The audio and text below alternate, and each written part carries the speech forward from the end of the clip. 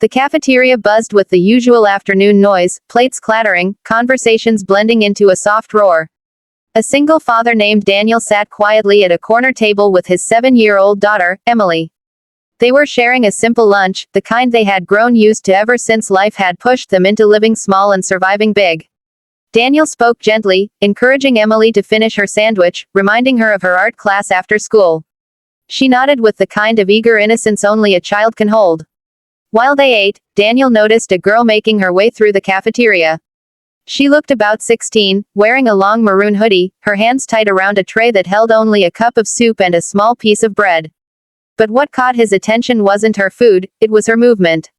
She walked with careful balance, steadying herself on a single crutch. Her left pant leg was folded and pinned neatly, she had only one leg.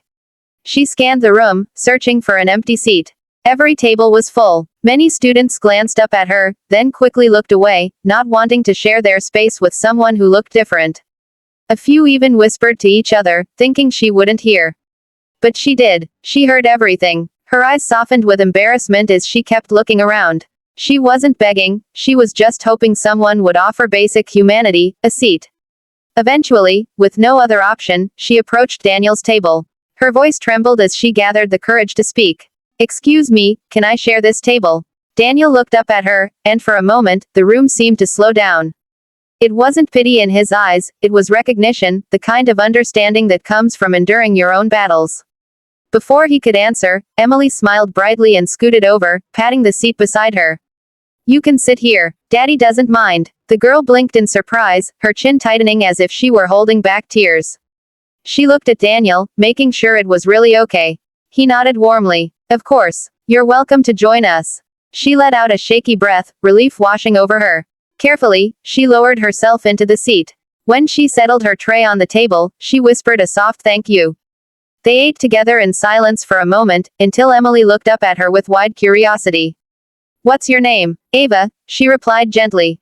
"I'm Emily. And this is my dad. He's really nice." Ava smiled, a real, full smile, something she hadn't felt rise naturally in a long time. Daniel noticed her struggling to hold the spoon steady with her trembling hand. It wasn't weakness, it was exhaustion. Whatever she had been through, it had taken more from her than just a limb. "You're safe here," Daniel said quietly. Ava looked up, confused but touched. "You looked tired," he added softly. "Anyone would be. Hard days don't leave easily."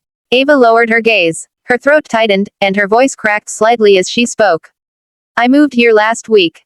New school, new everything. My mom works 2 jobs, so I eat lunch alone most days. I guess I'm used to people staring. But today, I just wanted one normal moment." Daniel listened closely, the weight of her words sinking deep. He had lived a version of that story too. When Emily's mother died during childbirth, Daniel had been left alone to raise a newborn while drowning in grief. People whispered about him too, a young single father, struggling, unprepared, barely holding himself together. He knew what it felt like to be watched, not helped. "Normal doesn't mean perfect," he said, leaning forward slightly.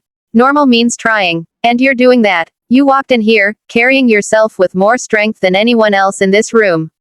Ava's eyes shimmered, her voice nearly breaking. "Most people don't see strength. They just see what's missing." Daniel shook his head. "What's missing never defines you. What you choose to carry forward does." Emily swung her legs under the table, nodding like she understood every word. "You're really strong," she said. "Stronger than superheroes." Ava laughed softly, the sound trembling but sincere. For the next several minutes, the three of them talked, about school, about life, about the weird taste of cafeteria soup. Ava relaxed, her shoulders slowly dropping from the tight position they had been locked in all day. She wasn't being judged here.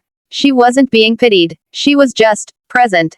Human. Seen. When the bell rang, students hurried out of the cafeteria, scraping chairs and carrying backpacks.